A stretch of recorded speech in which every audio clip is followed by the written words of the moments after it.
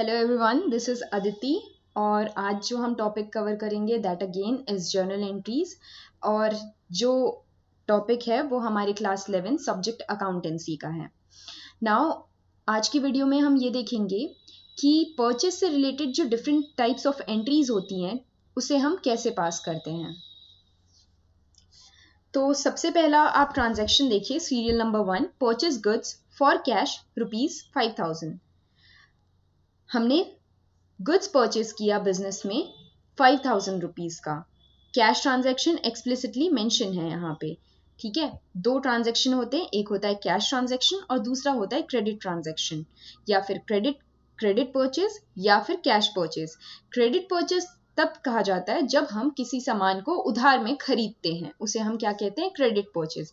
जब हम किसी सामान को कैश देकर खरीदते हैं तो उसे हम बोलते हैं कैश परचेज।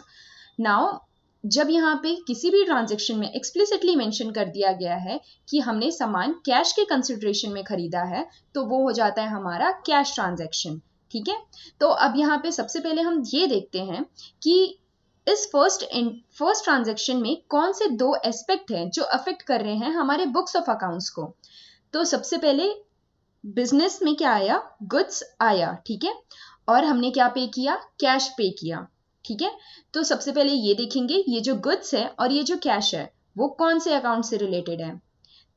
तो ये गुड्स और कैश दोनों ही रियल अकाउंट से रिलेटेड है, तो ये कौन से अकाउंट का रूल फॉलो करेंगे, रियल अकाउंट का रूल फॉलो करेंगे, ठीक है। तो रियल अकाउंट का रूल क्या है,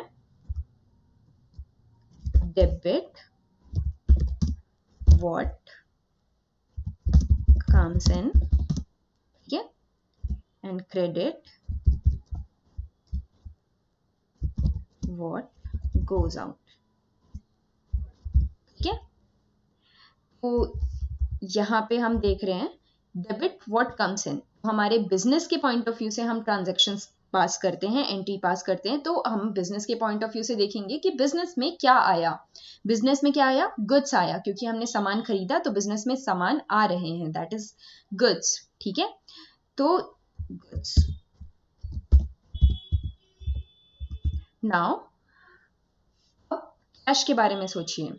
कैश क्या होगा, आप जब सामान खरीदेंगे तो आप बिजनेस में गुड्स आएगा और आप कैश पे करेंगे, ठीक है। तो बिजनेस से क्या जा रहा है, कैश जा रहा है, ठीक है।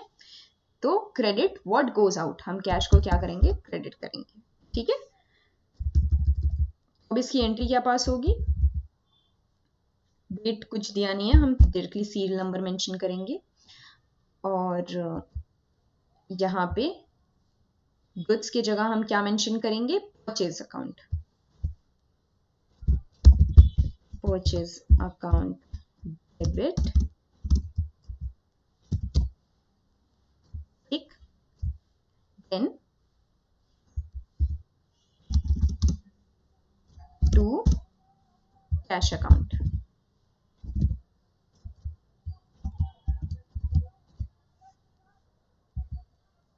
ठीक है। यहाँ पे अमाउंट डाल देंगे 5,000, ठीक है। अब यहाँ पे नरेशन मेंशन करना होता है छोटा सा, being goods purchased on cash, cool, बस। ये इस पूरे कॉलम में रहता है, ठीक है।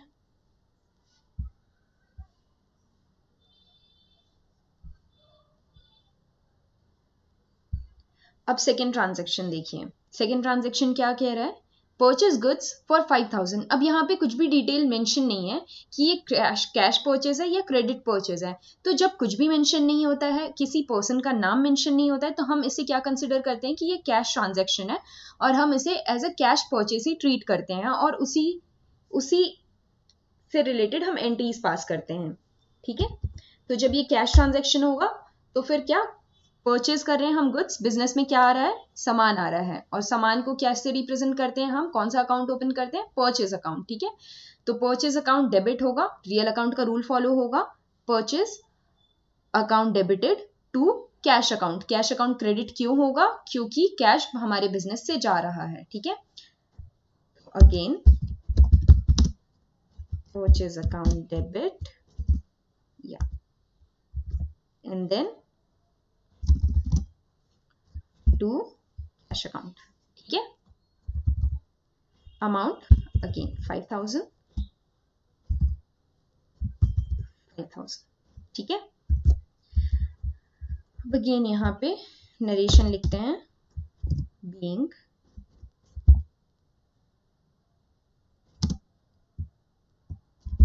goods purchased for cash, ठीक है.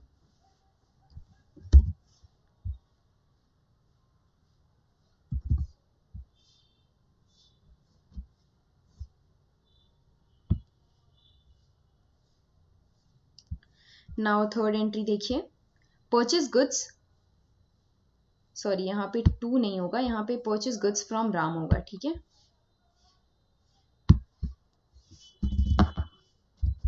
Purchase goods from Ram for cash 5,000, ठीक है.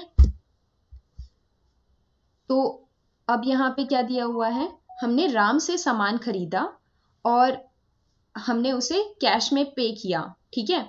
तो जब ऐसे ट्रांजैक्शंस होते हैं जिसमें नाम भी मेंशन है और ये भी बता दिया है, मतलब उस सप्लायर का या सेलर का नाम भी मेंशन है और हमें ये बता दिया है कि वो कैश ट्रांजैक्शन है, मतलब हमने कैश के कंसिडरेशन में उस गुड्स को परचेज किया है, तो हम उसे कैश ट्रांजैक्शन ही ट्रीट करेंगे. बिजनेस कभी भी कैश ट्रांजैक्शन, जब उसे कैश रिसीव हो जाता है तो वो अपने कस्टमर्स का नाम नहीं याद रखता, ठीक है, या अपने सप्लायर्स का नाम नहीं याद रखता.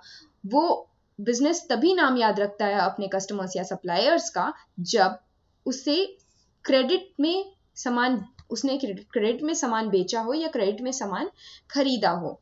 सिर्फ तभी हम अपने कस्टमर्स या हमारे सप्लायर्स का नाम बुक्स ऑफ अकाउंट्स में नोट डाउन करते हैं, ठीक है.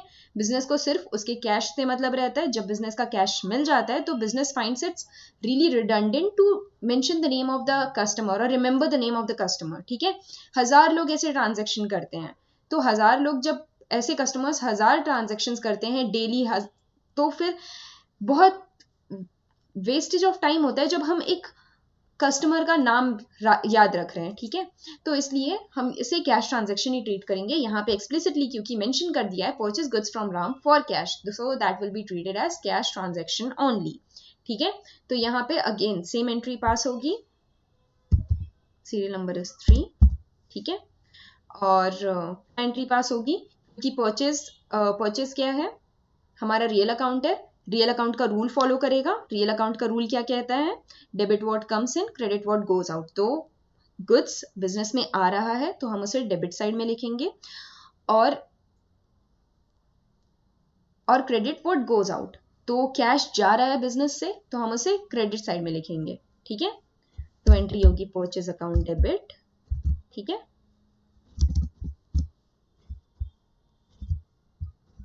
टू कैश अकाउंट, ठीक है. 5,000 अगेन 5,000, ठीक है. नरेशन लिख सकते हैं हम, being goods purchased on cash, ठीक है. नाउ नेक्स्ट एंट्री देखिए, purchase goods to Ram on credit. यहाँ पे एक्सप्लिसिटली मेंशन कर दिया हमें क्वेश्चन में कि हमने सॉरी यहाँ पे अगेन फ्रॉम होगा,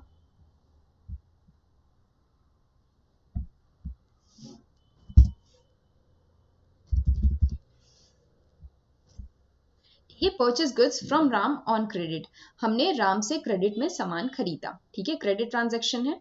तो अब यहाँ पे कौन से 2 एस्पेक्ट हैं, सबसे पहले गुड्स है और राम है, ठीक है. राम क्या है, राम पर्सनल अकाउंट है.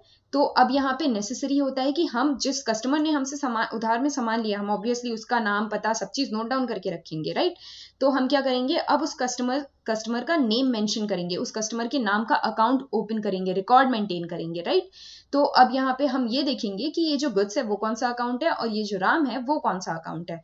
तो जो गुड्स है वो हमारा रियल अकाउंट है और गुड्स बिजनेस में आ रहा है तो रियल अकाउंट के रूल के हिसाब से डेबिट व्हाट कम्स इन, हम उसे गुड्स को क्या करेंगे, डेबिट साइड पे नोट डाउन करेंगे, ठीक है. अब राम के बारे में सोचते हैं. राम क्या है हमारा, नेचुरल पर्सन है, ठीक है। पर्सनल अकाउंट का रूल फॉलो करेगा। पर्सनल अकाउंट का रूल क्या कहता है?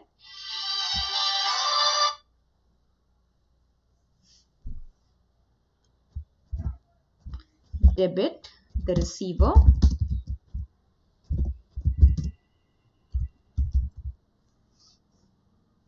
And credit the giver.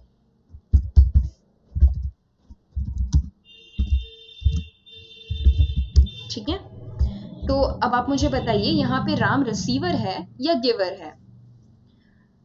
Ram क्या कर रहा है? राम गुड्स बेच रहा है, ठीक है, तो राम गिवर हुआ, ठीक।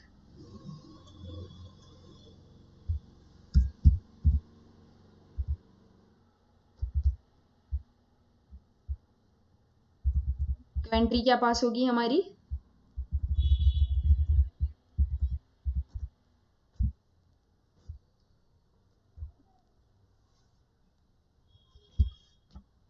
Purchase account debit to Ram, ठीक है, अमाउंट इज 5000।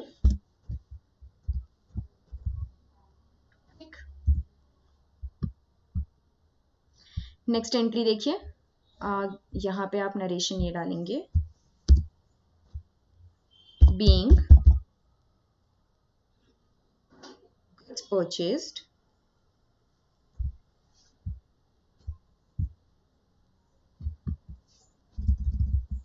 ऑन क्रेडिट, ठीक है।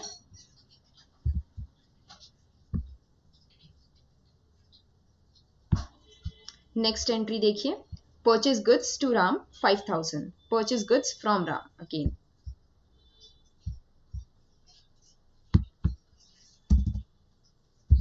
Purchase goods from Ram for rupees 5000, ठीक है।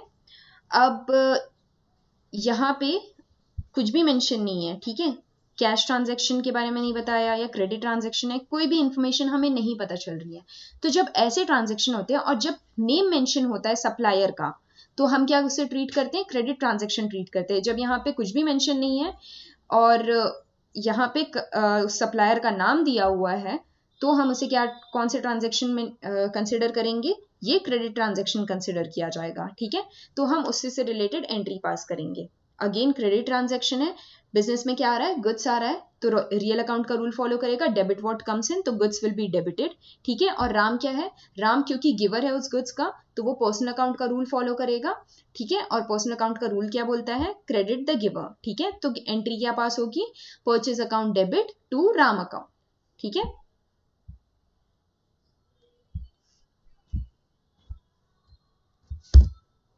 Purchase account debit to Ram, ठीक है, अमाउंट इज 5000, नरेशन मेंशन करेंगे,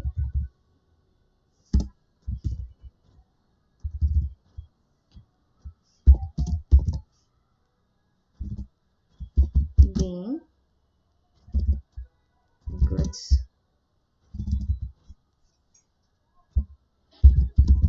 purchased on credit, ठीक है। सो हमने परचेज से रिलेटेड जो भी डिफरेंट टाइप्स ऑफ एंट्री होती है हमने उसे सारा देख लिया। नाउ अब नेक्स्ट वीडियो में we will be more emphasizing on nominal account, right? So as of now I'll end this video and we'll meet in the further videos. Thank you.